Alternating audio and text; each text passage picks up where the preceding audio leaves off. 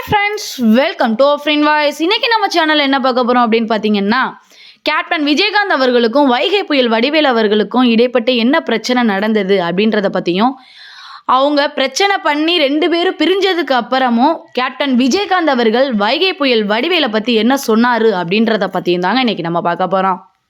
தமிழ் திரையுலகில் விஜயகாந்த் கொடிகட்டி பறந்த சமயத்தில் வடிவேலுக்கும் பல படங்களில் வாய்ப்பை ஏற்படுத்தி கொடுத்தவர் தாங்க கேப்டன் விஜயகாந்த். விஜயகாந்த் வடிவேலு இடையே நல்ல நட்பு இருந்து வந்த சூழலில் ஒரு கட்டத்தில் இருவருக்கும் இடையே மோதல் ஏற்பட்டு அதன் பிறகு இருவருமே நேருக்கு நேர் பார்த்து கொள்ளவே இல்லைன்னு உங்களுக்கு எல்லாத்துக்குமே தெரியும். விஜயகாந்த் வீடு எதிரிலேயே வடிவேலு வசித்து வந்த நிலையில் ஒரு துக்க நிகழ்வின் போது வண்டியை நிறுத்துதலில் ஏற்பட்ட மோதலில் தான் விஜயகாந்தின் உறவினர்கள் சிலர் தாக்கியதால் மோதல் ஏற்பட்டது அப்படின்னு உங்களுக்கெல்லாம் தெரியும். பின்னர் அது தேர்தல் நேரத்தில் விஸ்வரூபம் எடுத்தது அப்படின்னு சொல்றாங்க. வடிவேலுவுடன் பல நகைச்சுவை காட்சிகள்ல நடிச்சுள்ளவர் தாங்க சுப்புராஜ். பெரும்பாலான நகைச்சுவை காட்சிகளுக்கு ட்ராக் எழுதியவர் தான் இவர். விஜயகாந்த் வடிவேலு கடுமையாக விமர்சித்து தேர்தல் பிரச்சாரங்கள்ல பேசியதால அவரை விட்டு விலகினாரு சுப்புராஜ். எனக்கு சோறு போட்ட கடவுள் விஜயகாந்த், அவரையே திட்டிய வடிவேலுடன் என்னால் இருக்க முடியாது அப்படின்னு கிளம்பிட்டாரு சுப்புராஜ். அண்மையில் ஒரு பேட்டியில் பேசிய சாரப்பாம்பு சுப்புராஜ் ஒரு தகவலை பகிர்ந்துக்கிட்டார். அது என்ன தகவல்னா, எங்கள் அண்ணன் விஜயகாந்த் எதிர்க்கட்சி தலைவராக இருந்த நேரத்தில் வடிவேலு அவரை பயங்கரமாக திட்டி பேசினார்.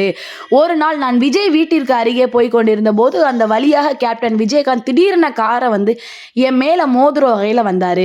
நான் யாரா அது அப்படின்றது திரும்பி பார்த்தேன். பார்த்தா காரில் கேப்டன் இருந்தார். டே இங்கே வாடா அப்படின்னு சொல்லிட்டு கேப்டன் என்னை கூப்பிட்டாரு அப்படின்னு சொல்கிறாரு. நான் போய் என்னண்ணே என்ன கேட்கவும், வடிவேலு இவன் நடிக்க சொல்றான்னு சொன்னார். ஏனே ஆளை வச்சு அடிக்கிறதுக்கான்னு கேட்டேன். அதற்கு அவர், டே இல்லடா அவன் காமெடி தாண்டா நல்லா இருக்கு, அவனை நடிக்க சொல்லுன்னு சொன்னார். இதை போய் நான் வடிவேலு கிட்ட சொல்லட்டுமானே அப்படின்னு கேப்டன் கிட்ட கேட்குறாரு. போய் சொல்லுன்னு சொல்லிட்டு கிளம்பிட்டாரு. நான் வடிவேலிடம் போய் கேப்டன் என்னிடம் சொன்னதை சொன்னேன். அப்படியான வடிவேலு ஆச்சரியப்பட்டான்னு.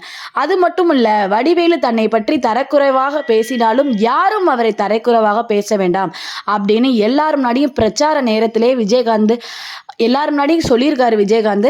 அதே போல தான் விஜயகாந்தோட மனைவி என்னன்னா பிரேமலதாவும் ஒரு பேட்டியில் வடிவேலா அவ்வளவு பேசிய பிறகு அவருக்காக பரிதாபப்பட்டவர் விஜயகாந்த்.